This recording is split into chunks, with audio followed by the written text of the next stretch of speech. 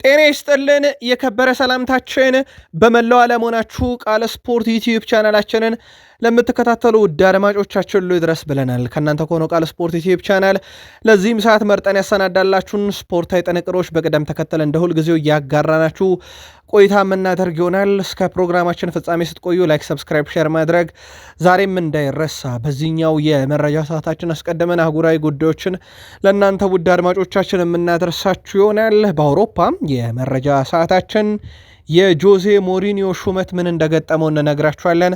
ሰበር መረጃ አለን። በሪያል ማድሪድ በኩል የባርሴሎናው ሰው ስለመተካት እያሰብን አይደለም ብለዋል።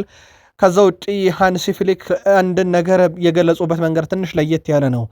በአውሮፓ ታላላቅ ክለቦች ታላላቅ ተጫዋቾች የዓለም ዋንጫን ጨምሮ ልዩ ጥንቅሮቻችን ዛሬም ለእናንተ ውድ አድማጮቻችን ሰዓታቸውን ጠብቀው የሚደርሱ ይሆናል።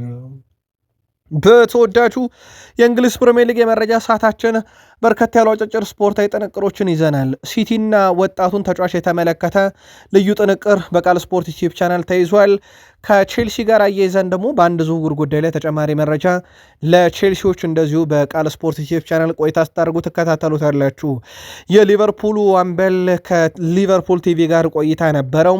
በርካታ ሀሳቦችን አንስቷል። ስለ ሽኝቱ የሚለን ነገር አለ። ሌላኛውን የቡድኑ ወሳኝና ቁልፍ ተጫዋችም የተመለከተ ልዩ ጥንቅር በቃል ስፖርት ዩቲዩብ ቻናል ተይዟል። ፔፕ ጋርዲዮላ በባየር ሙኒክ፣ በባርሴሎና እንደዚሁም በማንቸስተር ሲቲ በነበሩ ሰዓት እንደ ሚኬል አርቴታ ያህል ግን የፈተናቸው አልነበረም።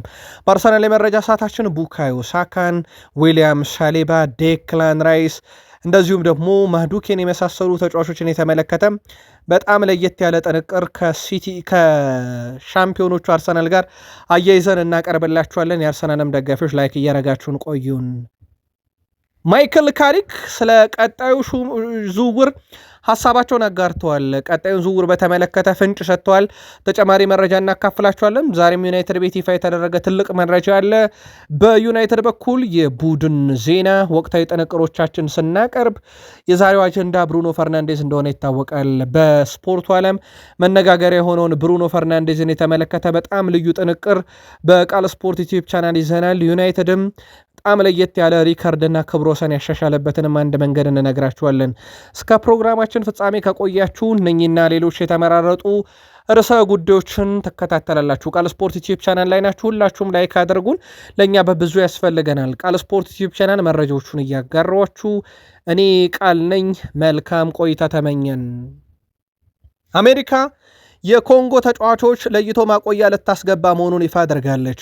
የአሜሪካ መንግስት በኢቦላ ወረርሽኝ ስጋት ምክንያት የዲሞክራቲክ ኮንጎ ብሔራዊ ቡድን ለይቶ ማቆያ ለማስገባት ማሰቧ ተገልጿል። ብሔራዊ ቡድኑ ወደ አሜሪካ ለመግባት ለ21 ቀናት በለይቶ ማቆያ መቀመጥ እንደሚጠበቅበት ተነግሯል። በዚህ ምክንያት ዲሞክራቲክ ኮንጎ የተጣለው ቀን ከመጀመሪያ ጨዋታ በፊት እንዲያልቅ ቀደም ብለው ለመሄድ እያሰቡ መሆኑ ተዘግቧል። በለይቶ ማቆያ ከገቡት መካከል የቫይረሱን ምልክት የሚያሳይ ከተገኘ ሙሉ ብሔራዊ ቡድኑ ከዓለም ዋንጫ ሊሰናበት ይችላል ተብሏል።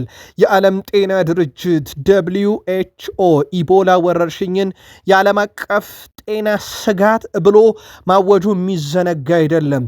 በዚህ ምክንያት ነው አሜሪካ ጎመን በጤና ያለችው። ለዚህም 21 ቀን በማቆያ ሲቆዩ በለይቶ ማቆያ ሲቆዩ ምልክት ካሳየ አንድ ተጫዋች ዲሞክራቲክ ኮንጎ የዓለም ዋንጫ በቃላት ይባላል ማለት ነው። ጉዳዩ በተመለከተ ቃል ስፖርት ዩቲዩብ ቻናል ተከታታይ መረጃ ይኖረናል። የወረርሽኙ ጉዳይ ግን ዲሞክራቲክ ኮንጎ ሊደረግላት የነበረው ደማቅ ሽኝት እንዲሰረዝም እንዳደረገው ይታወቃል። ወደ አውሮፓ መረጃችን ተሻገርን። የጆዜ ሞሪኒዮ ሹመት እስካሁን ይፋ እንዳልተደረገ ይታወቃል። ውድ ቤተሰቦቻችን በምክንያት ነው። ምክንያቱ ደግሞ ከሰሞኑ ፕሬዚዳንት ፍሎሬንቲኖ ፔሬዝ የቦርድ አባላትን ውል እንዳፈረሱ ወይም የምርጫው ሂደት በአዲስ መልክ እንዲካሄድ 3 ዓመት እየቀረው ቦርዱን እንዳፈረሱት ይታወቃል። ታዲያ በቀጣይ ለፕሬዚዳንትነት ምርጫ የሚወዳደር ካለ እሳቸው ክፍት ነበሩ። ታዲያ አሁን ላይ ኤንሪኬ ሪኬልሚ ቀጣዩ ፕሬዚዳንት ለመሆን ከፍሎሬንቲኖ ፔሬዝ ጋር እወዳደራለሁ ማለቱን ተከትሎ በፍሎሬንቲኖ ፔሬዝ በኩል በእሳቸው በኩል ሊሾሙ የነበሩት አሰልጣኝ ጆዜ ሞሪኒዮ ሹመት እንዲዘገይ ተወስኗል።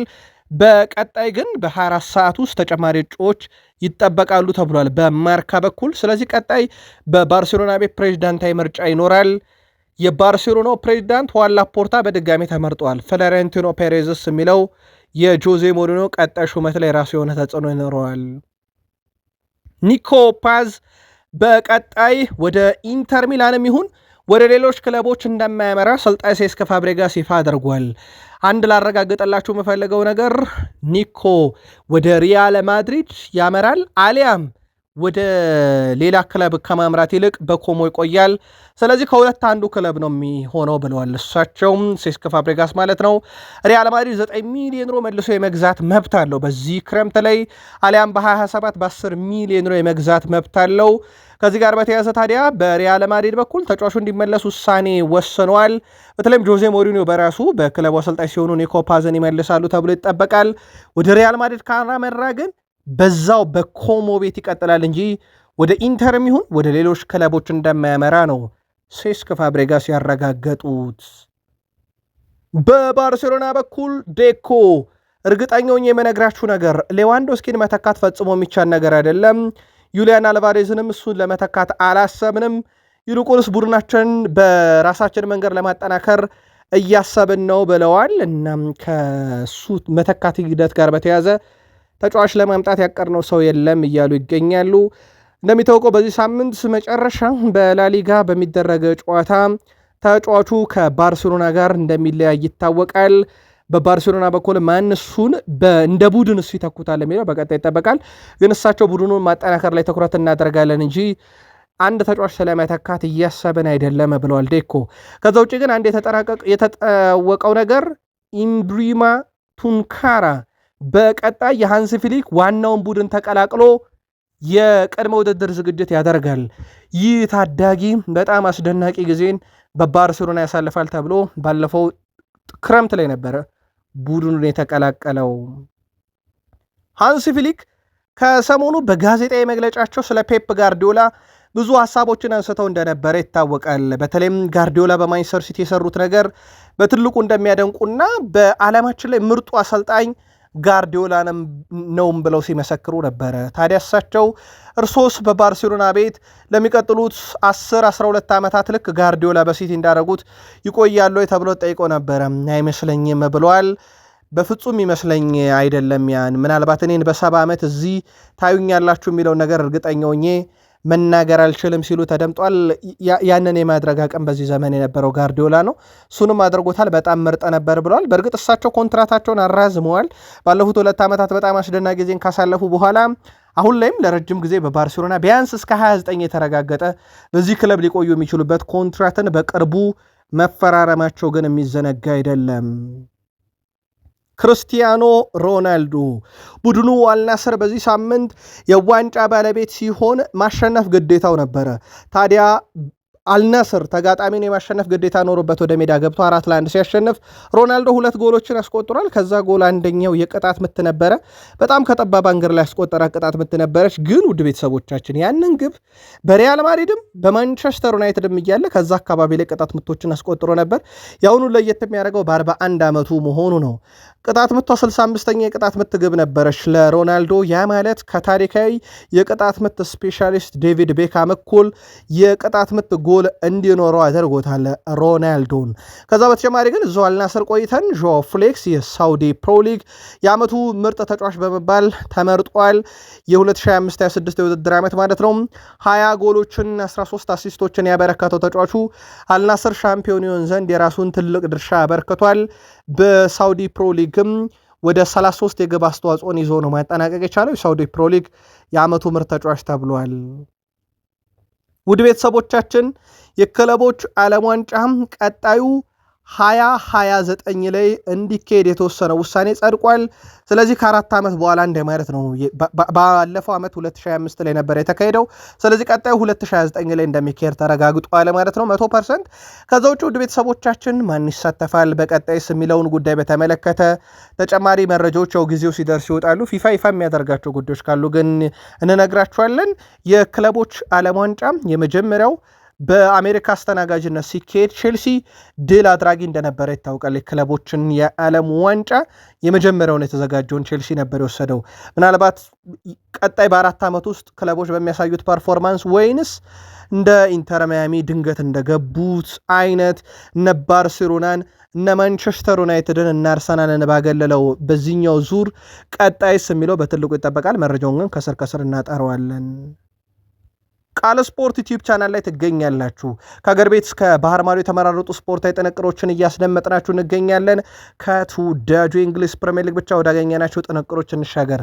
ከፕሪሚየር ሊግ መረጃችን ጋር ላይክ፣ ሰብስክራይብ እና ሼር እያረጋችሁን እስከ ፕሮግራማችን ፍጻሜ ቆዩን።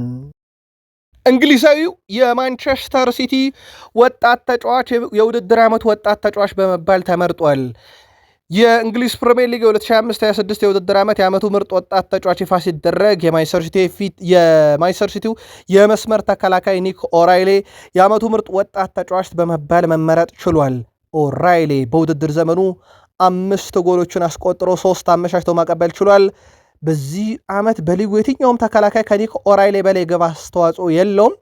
ኒክ ኦራይሌ በተጨማሪም የማንቸስተር ሲቲ የዓመቱ ምርጥ ወጣት ተጫዋች ተብሎ መመረጡ ይታወቃል። ስለዚህ ኒክ ኦራይሌ በዚህ ዓመት የማንቸስተር ሲቲ የዓመቱ ምርጥ ተጫዋች፣ የፕሪሚየር ሊጉ የዓመቱ ምርጥ ወጣት ተጫዋች 5 ጎል 3 አሲስት በ8 የግብ አስተዋጽኦ በጣም አስደናቂ የሚባል የውድድር ዓመትን አሳልፏል። ያውም ጥቂት ጨዋታዎችን ብቻ እንዳደረገ የሚዘነጋ አይደለም። የጋርዲዮላን ስንብት በሰማን ማግስት ሲቲ ሌላ ተጫዋቹ ደግሞ ኮከብ ተብሎለታል። ከቼልሲ ጋር በተያያዘ የኤንዞ ፈርናንዴዝ ቆይታ እርግጥ አይደለም፣ እውነት ነው። የተረጋገጠ መቆየው አይታወቅም።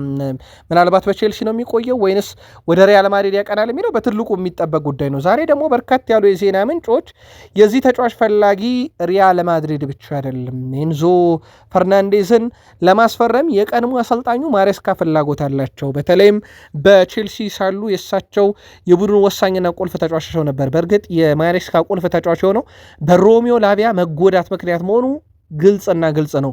ከዛ በኋላ በተጫዋቹ ብቃት ደስተኛ ነበሩ። አሁን ታዲያ እሳቸው ሲቲ መቀላቀላቸውን ተከትሎ ይህን ተጫዋች ከቼልሲ ማስኮብለል ይፈልጋሉ። ስለዚህ ከሪያል ማድሪድ በተጨማሪ ኤንዞን ለማስፈረም ሲቲም ፍላጎት አለው። ሲቲ ተጫዋቹን ለማግኘት የማያደርገው ጥረት የለም ተብሏል። ምናልባት በጣም ሰበር ዜና ሊሆን ይችላል፣ ግን ጋርዲዮላን ያጣው ማሬስካን የቀጠለው ሲቲ ይህን ተጫዋች ያገኘዋል የሚለው ደግሞ በትልቁ የሚጠበቀው ጉዳይ ነው። በተጫዋቹ በኩል ከቼልሲ ጋር በቅርቡ የገባበት ሰጣ ገባ የሚዘነጋ አይደለም። በዚህ ውድድር ዘመን ብዙ ያሳለፍነው ነገር ቢኖርም አሁንም በቀጣይ ዓመት ሻምፒዮንስ ሊግ ብቁ ልንሆን የምንችልበት ጊዜ አለ። ስለዚህ ውድድር ዘመን አሁንም ስኬታማ ነበር ማለት በሚቻል ጉዳይ ላይ አይደለም። ነገር ግን የአውሮፓ ሻምፒዮንስ ሊግ ትኬት መቁረጥ ግን ዋናው እቅዳችን ነው ከዚህ በኋላ ብሏል።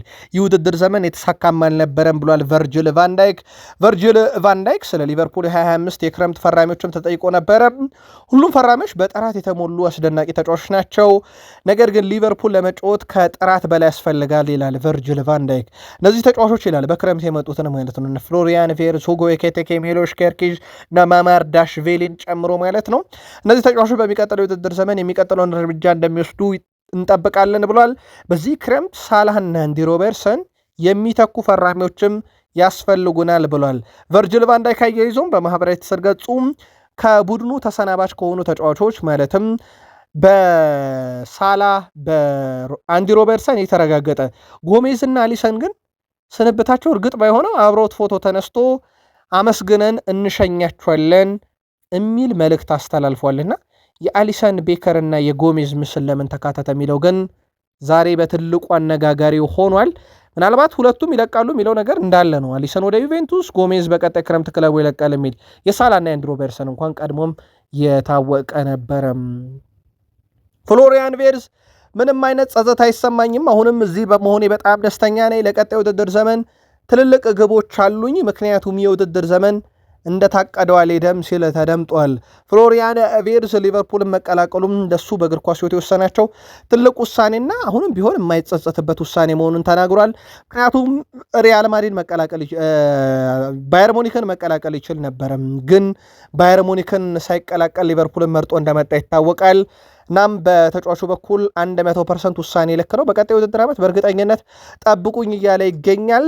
ልምምድ ሰርቷል። ሊቨርፑሎች የመጨረሻ ልምምዳቸውን እነ ሳላም ከቡድኑ ጋር ሲያከናውኑ ተመልክተናል። እነ ፍሎሪያን ቬርዝም ነበሩበት። በአጠቃላይ ሊቨርፑል በቀጣይም ክረምት ዝውውር እንዳለ ሆኖ አምና ያስፈረማቸውም ተጫዋቾች ለሚቀጥለው የውድድር ዓመት ራሳቸውን በደንብ የሚያሳዩበት ሌላ ሲዝን ይሆናልም ተብሎ ይጠበቃል። ፔፕ ጋርዲዮላ በባርሴሎናም ሲያሰለጥኑ፣ በባየር ሙኒክም ሲያሰለጥኑ፣ በሲቲም ሲያሰለጥኑ ስኬታቸው ከፍ ብሎ የሚነገር ነው። ግን አንድ አሰልጣኝ ከሳቸው በላይ 2 ጊዜ የጨረሰ አንድ ሰው አለ። አንድ አሰልጣኝ ሚኬል አርቴታ ነው። ሚኬል አርቴታ ከአንድ ጊዜ በላይ የፔፕ ጋርዲዮላን ቡድን ልቆ በደረጃ ሰንጠረዥ ያጠናቀቀ አሰልጣኝ ነው። ሚኬል አርቴታ የጋርዲዮላ ስሪት ናቸው ይባላል። ምክንያቱም በጋርዲዮላ ስር ነው አሰልጣኝነትን የተማሩት። በእርግጥ ከሰሞኑ ምሳቸው ጋርዲዮላ ነው ለዚያ በቃኝ ብለው አመስግነዋል፣ ክሬዲቱንም ሰጥተዋል። ለአርሰናል ደግሞ እንደ ቡድን ጥሩ መሆን የሲቲ ጥሩ መሆን አንዱ ጥቅም መሆኑን ተናግረው ነበረ። ከዚህ ጋር በተያዘ ፔፕ ጋርዲዮላ ታዲያ ራሳቸው ባሰለጠኑት ራሳቸው ባስተማሩት ሚኬል አርቴታ 2 ጊዜና ከዛ በላይ ብልጫ የተወሰደባቸው ብቸኛው አሰልጣኝ እንዲሆኑ ያስችላቸዋል። ከዛ ውጭ አንድም አሰልጣኝ ከአንድ ጊዜ በላይ እሳቸውን በልጧቸው አያውቅም ነበረም። በጣም አስገራሚ ነው። የሚኬል አርቴታ ጉዞ በጣም እየሰመረ የሚመጣ ደግሞ የሚመስለው እንዲህ ሊጉ ላይ በጣም የሚያስቸግሯቸው ፔፕ ጋርዲዮላ በአሰልጣኝና መንበራቸው ቀጣይ እንደማይቆይ ይታወቃል። ከዚህ ጋር የተያዘ ተጨማሪ መረጃ ይዘናል። የአርሰናል የወደፊት ተስፋ ይሆናል ተብሎም በእድገቱ ደረጃ ትልቅ ቦታ የተጠበቀው ኢታን ዋኔሪ በጥር የመጨረሻ ደቂቃን በአርሰናል እንደማያገኝ ሲታወቅ ወደ ማርሴ አቅንቶ በማርሴም ተመሳይ ችግር ገጥሞት ነበር የመጣው። አሁን ግን ትልቅ ዜና ተሰምቷል ስለ ኢታን ዋኔሪ። የእንግሊዝ ብሔራዊ ቡድን ቅድመ ውድድር ዝግጅት እንዲቀላቀል ተወስኖለታል። ስለዚህ ቶማስ ቱሄል ጥሪ ያቀርበውለታል። ቅድመ ውድድር ዝግጅቱን ይካፈላል። ከዛ ይሄ የእንግሊዝ ብሔራዊ ቡድን የዓለም ዋንጫ ዝግጅት ሙሉን ይካፈልና ወደ አርሰናል ይመለሳል ማለት ነው። ሳካ፣ ዴክላን ራይስ እንደዚሁም ኑኖ ማዱኬን ጨምሮ ቡካዮ ሳካ፣ ዴክላን ራይስ እንደዚሁም ኑኖ ማዱኬ በቡድን ውስጥ እንዳሉ ይታወቃል። በጣም አስደናቂ ጊዜን ያሳልፋል ተብሎ የሚታሰባል ተጫዋቹ። በአርሰናል በኩል ሌላኛው ለቅድመ ውድድር ዝግጅትን ቢሆን የሚያመራ ተጫዋች ነው። ሳካ የፕሪሚየር ሊጉን ዋንጫ ካሸነፈ በኋላ በጣም ከፍተኛ እፎይታ እንደተሰማው ከደስታ በተጨማሪ በተለይም ጫና እንደነበረበት አርሰናል ባለፉት ጥቂት ዓመታት ውስጥ ዋንጫውን ያጣበት መንገድ ቡድኑ ላይ ትልቅ ስሜቶችን ፈጥሮ እንደነበረ በተለይ አሉታዊ ስሜቶችን ፈጥሮ እንደነበረ የተናገረው እሱ ደስታ ያሉ ስሜቶች ብዙ ናቸው። ምክንያቱም ዋንጫው እስካሁን አላነሳንም። እሁድ ዕለት ዋንጫውን ለማንሳት ጥቂት ቀናት በፊት ማረጋገጣቸውን ተከትሎ እሁድ ዋንጫውን እስክናነሳ በጣም ነው የጓጓ ነው። ድባቡም አስደናቂ እንደሚሆን ተስፋ አደርጋለሁኝ። ግን እፎይታም አለው ብሏል። ከደስታም በተጨማሪ ያው አርሰናል ዋንጫ አይበላም ተብሎ እስኪፈረድበት ድረስ ቢያንስ አርሰናል ዋንጫ እንኳን ቢበላ በሚኬል አርቴታ ስራ አይበላም ተብሎ እስኪፈረድበት ድረስ ቡድኑ ባለፉት 3 ዓመታት ሁለተኛ ሆኖ ማጠናቀቁ አይዘነጋምና እፎይታ ተሰምቶናል እያለ ይገኛል። ቡካዮ ሳካ፣ ዊሊያም ሳሊባ በዚህ ውድድር ዓመት ምርጥ የተከላካይ ክፍል አለን። አምናም እንደዛው ነበረን። ከፔሲጂ ጋር በምናደርገው ጨዋታ ግባችንን ሳናስደፍር እንወጣለን ብለን ተስፋ እናደርጋለን። ማን እንደምንገጥም እናውቃለን። ከባድ ጨዋታ ይሆናል። ነገር ግን ባለን ቡድን ሁሌም ነገሮችን ማድረግ እንችላለን ብሏል። አርሰናል ከፔሲጂ አስደናቂ የአውሮፓ ሻምፒዮንስ ሊግ ፍጻሜ ጨዋታ ይሆናል። ምክንያቱም እኛ ምርጡን የመከላከል እነሱ ደግሞ ምርጡን የማጥቃት ቡድን ይዘው ወደ ሜዳ ስለሚገቡ ብሏል። እናም በዊሊያም ሳሊባ በኩል ፓሪሰን ዠርሜን እኛ ላይ ግብ ለማስቆጠር በጣም ይቸገራል እያለ ይገኛል። ምርጥ አጥቂ ቢኖራቸውም በአውሮፓ ሻምፒዮንስ ሊግ ነው አርሰናል አሁን ከዚህ በኋላ የሚጠበቀው። ፕሪሚየር ሊጉ ላይ ዋንጫ ሴሬሞኒ ነው በትልቁ የሚጠበቀው ጨዋታው ሳይሆን። ስለዚህ አርሰናል ለአውሮፓ ሻምፒዮንስ ሊግ በቂ እረፍት ለተጫዋቾቹ የሚሰጥበት የ38ኛ ሳምንት ጨዋታ እናያለን ተብሎ ይጠበቃል። እነ ዊሊያም ሳሊባም ለዛ ዝግጁ መሆናቸው በተለይ ለፍጻሜ ጨዋታ ዝግጁ መሆናቸውን ተናግረዋል። በዴክላን ራይስ በኩል እንግሊዛዊ አማካይ ዴክላን ራይስ አርሰናልን መቀላቀሉ ትክክለኛ ውሳኔ እንደነበረ ገልጿል። ከአርቴታ ጋር ስለነበረው ንግግር የተጠየቀው ዴክላን ራይስ የምናገርበትና ቅዱን የምገልጽበት መንገድ የተለየ ነው ብሏል። ሁሉም የተናገራቸው ነገሮች ወደ ተግባር ተቀይረው እውነት ሆኗል፣ በጣም ያስደንቃል ሲል ዴክላን ራይስ ይናገራል። አክሎም ወደ አርሰናል መዘወር ትክክለኛ ውሳኔ ነበር ሲልም ጨምሮ ተናግሯል። ሌሎች አማራጮች ነበሩ። ከአርቴታ ጋር ካወራም በኋላም ጠፉ። በጨዋታና በአሰልጣኝ እንደዛ እምነት ኖሮኝ አያቅም። ሚኬል አርቴታ የነገረኝ ነገር በሙሉ በአርሰናል ሆኗል። እናም አሳምኖ ወደዚህ ቡድን ያመጣ ሚኬል አርቴታ ነው ብሏል። በሲቲ በተሸነፉበት ወቅት አርሰናል ዘንድሮም ሁለተኛ ሊወጣ ነው ሲባል ኢት ኢዝ ናት ደን የሚል አንድ ንግግር ተናግሮ ነበረ። ገና አላበቃም። ጋሪ ኔቭል ለማልቀስ የተቃረብኩ እመስል እንደነበረ ሲናገር ሰምቼዋለሁ። አሁን ምን ያህል እንደተሳሳተ ተረድቷል ብዬ አስባለሁ ሲል ተደምጧል። ክለብ በመከላከል ደረጃ ምርጡ ቡድን ነው፣ የምትገጥሙት ደግሞ በጣም ምርጡን አጥቂ የያዘውን ፔሲጅ ነው ተብሎ ነበረ። ኑኖ ማዱኬ በአውሮፓ ሻምፒዮንስ ሊግ ምርጥ ከሚያጠቁ ቡድኖች ውስጥ አንዱን እኛም እኮነን፣ በውድድሩ ብዙ ካገቡት መሃል አንዱም እኛ ነን። ስለዚህ ምርጡ የሚያጠቃና ምርጡ የሚከላከል ቡድን እንጂ እኛ ምርጡ የሚከላከል ቡድን ብቻ ብላችሁ አትግለጹን ብሏል። በእርግጥ ሳሊባ ራሱ ፒኤስጂ እና የአርሰናል የሻምፒዮንስ ሊግ ጨዋታ ጥሩን ፍጻሜ ጨዋታ እንደሚሆን እነሱ በተለይ ምርጥ አጥቂ ያላቸው እኛ ምርጥ በመከላከል ማለቱ ይታወቃል። በፍጹም በዚህ አልስማማም ብሏል። ኑኖ ማዱኬ ግን እኛ ስንከላከል ብቻ አይደለም ስናጠቃ ምርጥ ነን እያለ ይገኛል። ምናልባት የአርሰናል ደጋፊዎች እናንተ መልከት አክሉበት እዚህ ሀሳብ ላይ። ከዛ ውጭ ግን አርሰናል ምናልባት ሻምፒዮንስ ሊጉን ካነሳ አራተኛው የፕሪሚየር ሊግ ክለብ ይሆናል። ከዚህ በፊት ማንቸስተር ዩናይትድ፣ ሊቨርፑል እና ሲቲ የፕሪሚየር ሊግ ሲደመር የአውሮፓ ሻምፒዮንስ ሊግን በአንድ ሲዝን አሳክተዋል። ይህን የሚያሳካ አራተኛ ቡድን አርሰናል ይሆናል። ያውም በታሪኩ ለመጀመሪያ ጊዜ የአውሮፓ ሻምፒዮንስ ሊግን ካነሳ ከ22 ዓመት በኋላ ፕሪሚየር ሊጉን እንዳነሳ ይታወቃል። የዛ ጨዋታ ፈተና ይሆናል የተባለው ዴምቤሌን በተመለከተም ከጉዳት በማገገም ሂደት ላይ ነው። እሱ 100% ደርሳለሁ ብሏል። በቡድን ዜና በኩል ሃንሲ ፍሊክም የመድረስ እድል አለው ብሏል። ጊዜው ሲደርስ ሙር የሚታይ ይሆናል። ከዝውውር ጋር በተያዘ የጣሊያኑ ክለብ ኢንተር ኬፓ አሪዛባላጋን ለማስፈረም ፍላጎት አላቸው። ኬፓ በሄደበት ሁሉ አሻራውን የሚያሳርፍ ግብ ጠባቂ ሆኗል። ኢንተር ልምድ ያለውና ጥራት ያለው ግብ ጠባቂ ሲፈልግ ታዲያ ይሄን አግኝቶታል። ኬፓ በአርሰናል በቂ የመጫወቻ ደቂቃ እንደማያገኝ ዘንድሮ በደንብ ያየው ይመስላል። በጥሎ ማለፍ ጨዋታ በኤፍ ኤ ካፕ እና በካራቦ ካፕ እድል ቢሰጠው አርሰናሎች ምርር ያሉበትን ውጤት እንዲያስተናግዱ እንደ ምክንያት እንደተወሰደ ይታወቃል። ከዚህ ጋር በተያዘ ታዲያ ተጫዋቹን በተመለከተም ኢንተርና አርሰናል ቀጣይ ድርድር ያደርጋሉ ተብሏል። በአርሰናል በኩል ልናነስ የወደድ ነው የጆን ቴሪን ሀሳብ ነው። የቀድሞ ቼልሲ ተከላካይ ጆን ቴሪ አርሰናል የፕሪሚየር ሊጉን ዋንጫ ማሸነፍ ይገባዋል ብለዋል። አርሰናል ከ22 ዓመት በኋላ ሊጉን በማሸነፍ እንኳን ደስ ያላችሁም ያለው ጆን ቴሪ አርሰናል ሊጉም ይገባዋል ብለዋል። አርሰናል ምርጥና ወጥ ቡድን ነበር። ከኋላ በጣም ጠንካራ ነበሩ። ዴክላን ራይስ ድንቅ ነበር። አርቴታ ቡድኑ የመራበትን መንገድ ወድጃለሁ ያለው ጆን ቴሪ አክሎም አሁን ፔፕ ጋርዲዮላ ማንቸስተር ሲቲ ለቋል። አርቴታ ፕሪሚየር ሊጉ የበላይነት የመቆጣጠር ትልቅ እድል አለው እያለ ነው። የጋርዲዮላ ስንብት እውነት ለሚኬል አርቴታ በጣም ሰፊ ሜዳ ይሰጣል ወይንስ አዲስ የመጡት እነ ዣቪ አሎንሶ እነ ማይክል ካሪክ በሊቨርፑል የዓመት ባይቀናቸውም አምና ሻምፒዮን የነበሩት እነ ስሎት በዚህ ደረጃ ፈተና አይሆኑም ወይ? ማሬስካስ ቀላል አሰልጣኝ ናቸው ወይ? ለሚኬል አርቴታ ፔፕ ጋርዲዮላ ሊጉን በተቆጣጠሩበት መንገድ እንዲቆጣጠሩ እድል ይሰጣሉ። የአንድ ጋርዲዮላ መልቀቅ ይሄ የእናንተን የግል መልከታ የምንሻበት ነውና የቃል ስፖርት ዩቲዩብ ቻናል የአርሰናልም ወይም ደግሞ ገለልተኛ ደጋፊዎችም መልከታችሁን ላኩልን። ማይክል ካሪክ ስለ ቀጣይ ዝውውር በተለይ አማካይ ክፍሉ ላይ ስለሚኖር የክረምት ዝውውር ምላሽ ሰጥተዋል። እኛ በቦታው ላይ በጣም የተሟላ በጣም ፖዘቲቭ የሆኑ እንቅስቃሴዎችን ማድረግ የሚችል አይነት ተጫዋች ማምጣት እንፈልጋለን። አካላዊ ጥንካሬ ግድ ነው ብሏል እሳቸው ወደ ቡድኑ ስናመጣ።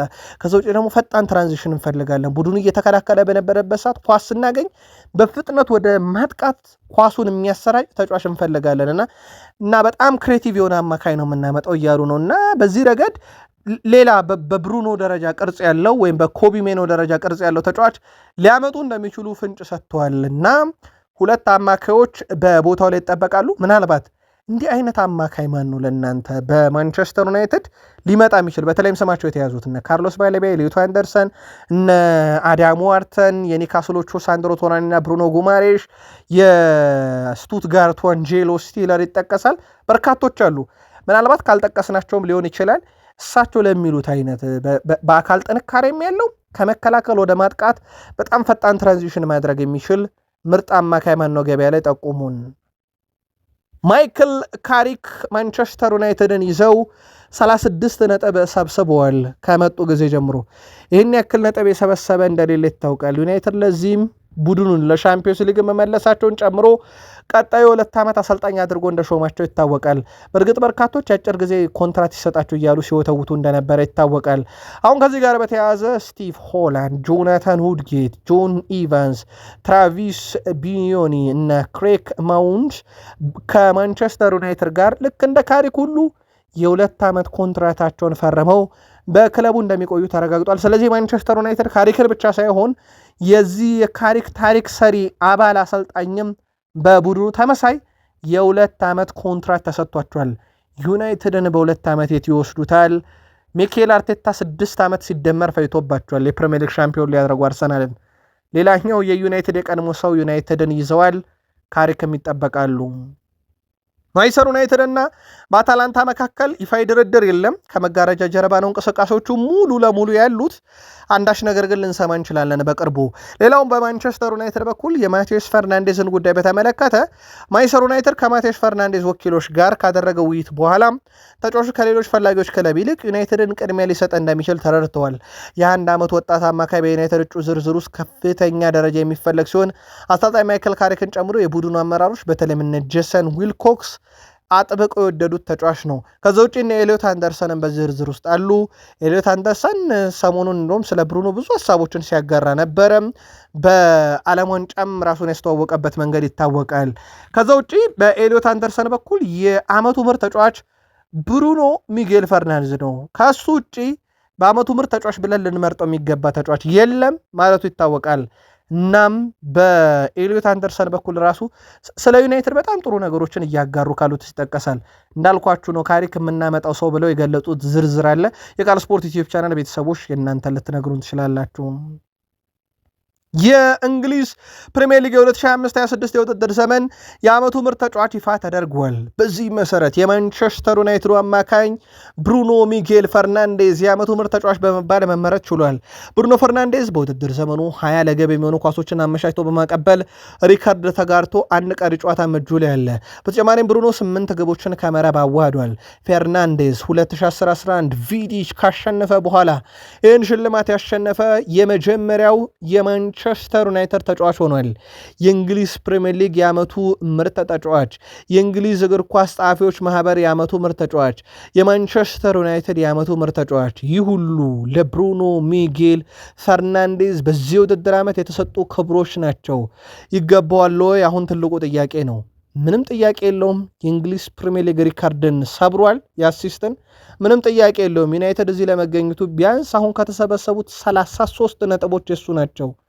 ትልቁ ጥያቄ ከሌሎች ውስጥ ተጫዋቾች አንጻር የሚለው ነውና በርካቶች አሁን ሚዲያው ላይ እየተከራከሩበት ነው። ቃል ስፖርት ዩቲዩብ ቻናል መረጃውን አጋራናችሁ። እናንተ ስለ ብሩኖ የምትሉትን በሉን። ብሩኖ ሚጌል ፈርናንዴዝ 8 ጎል 20 አሲስት፣ በርካታ አሲስት በፕሪሚየር ሊጉ ያደረገ፣ በርካታ አሲስት ሊሆኑ የሚችሉ ኳሶችን ያቀበለ፣ በርካታ የግብ ዕድል የፈጠረ፣ በርካታ ትልልቅ የግብ ዕድሎችን የፈጠረ፣ በርካታ ከክፍት ጨዋታ የግብ ዕድል የፈጠረ፣ በርካታ ትክክለኛ ኳሶችን ሳጥን ውስጥ ያቀበለ፣ በርካታ ከክፍት ጨዋታ የግብ ዕድል የፈጠረ፣ ይህ ሁሉ የብሩኖ ሚጌል ፈርናንዴዝ የዚህ የውድድር ዓመት አስደናቂ ቁጥሮች ናቸው። በነገራችን ላይ የፈጠራቸው የግብ ዕድል ብዛት 132 ነው። ከክፍት ጨዋታ የፈጠራቸው 95 ናቸው። ትልቅ የግብ ዕድል 32 ናቸው። ምናልባት አንድ ትልቅ የግብ ዕድል ብራይተን ላይ ከፈጠረ ከኬቨን ደብሮይነ ይጋራል። 2 ከሆነ ሪከርዱን ይሰብራል። በግብ ዕድል መፍጠር ከክፍት ጨዋታ 26 ነው። 20 አሲስት እንዳለው ነግሬያቸዋለሁ። በርካታ ቁልፍ ኳሶችን ወደ ሳጥን ውስጥ ማሻግሯል። ብሩኖ ማጥቃት በጣም ይወዳል ማለት ማጋነን አይሆንም። በነገራችን ላይ የሰርማት ቢስ የዓመቱ ምርጥ ተጫዋችም ሽልማት እሱ እንደወሰደው ይታወቃል። የዩናይትድ የዓመቱ ምርጥ ተጫዋች፣ የእግር ኳስ ጸሐፊዎች የዓመቱ ምርጥ ተጫዋች፣ አሁን ደግሞ የፕሪሚየር ሊግ የዓመቱ ምርጥ ተጫዋች ተብሏል። በማንቸስተር ዩናይትድ ታሪክ የክለቡ ተጫዋች የፕሪሚየር ሊጉ የዓመቱ ምርጥ ተጫዋች ኮከብ ሽልማትን ሲያሸንፍ 9 ነው። ይሄም ቀዳሚ ያደርገዋል። በተለይም በአዲሱ ፎርማት 1992 ከተመሰረተ በኋላ እንደ ዩናይትድ ተጫዋች በዚህ መድረክ የነገሰ እንደሌለ ይታወቃል። ምንም ጥርጥር የለውም። እነ ድዋይት ዮርክ፣ እነ ሩድ ቫን ኒስትሮይን ጨምሮ እነ ክርስቲያኖ ሮናልዶ፣ ቪዲች፣ ሩኒ ከዛ ውጭ በመጨረሻው የቪዲች ቆይታ በኋላ ብሩኖን ተመልክተናል። በነገራችን ላይ ከ2019-20 እስከ 2023-24 የሲቲ ተጫዋች ነበሩ ጠራርገው የወሰዱት ለ5 ዓመታት። ከዛ በኋላ አምና ሳላ ወሰደ። ዘንድሮ ብሩኖ ሚጌል ፈርናንዴስ ከማንቸስተር ዩናይትድ የክብርን እየወሰደ ሆኗል። የብሩኖ ሲዝን ቀላል አልነበረም። ውድ ቤተሰቦቻችን ምንም ጥያቄ የለውም። ብሩኖ ድንቅ የውድድር ዓመት አሳልፏል። ዩናይትዶች በጣም በጉጉት የሚጠብቁት የብራይተንን ጨዋታ ብሩኖ አንድ አሲስት እንዲያደርግ እንደሆነም ግልጽ ነው። ቅድመ ግምታችሁን ላኩልን። ተጨማሪ መረጃ በቀጣይ ስፖርት የመረጃ ሰዓት እንገናኝ።